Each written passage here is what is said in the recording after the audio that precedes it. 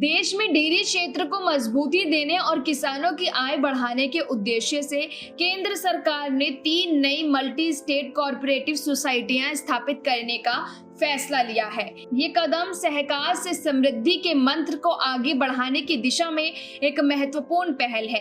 हाल ही में केंद्रीय सहकारिता मंत्री अमित शाह की अध्यक्षता में एक महत्वपूर्ण बैठक आयोजित की गई, जिसमें सहकारिता सचिव आशीष भूतानी और पशुपालन सचिव अलका उपाध्याय समेत कई वरिष्ठ अधिकारी मौजूद थे।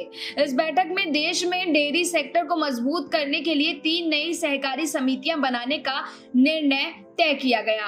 अमित शाह ने बैठक में कहा कि अब समय आ गया है कि हम व्हाइट रेवोल्यूशन 2.0 की ओर आगे बढ़ें। इसके तहत सिर्फ डेयरी सहकारिताओं का विस्तार करना ही नहीं, बल्कि उन्हें अधिक प्रभावशाली और टिकाऊ बनाना भी जरूरी है। उन्होंने ये भी कहा कि एक ऐसा डेयरी इकोसिस्टम बनना चाहिए जो सस्टेनेबल हो और सर्कुलर इकोनॉमी को बढ़ावा दे। सरकार द्वारा बनाई जा रही 3 सहकारी समितियों में अलग अलग क्षेत्रों पर ध्यान रखा गया है। पहली सोसाइटी में ये पशु चारा उत्पादन, बीमारियों की रोकथाम और कृत्रिम गर्भधान जैसे कार्यों पर फोकस करेंगी। वहीं दूसरी सोसाइटी का काम ये गोबर प्रबंधन के वैज्ञानिक और व्यावसायिक मॉडल को विकसित करेंगी। इससे किसानों को गोबर से खाद, बायोगैस और अन्य उत्पादों से आमदनी का नया जरिया भी मिलेगा।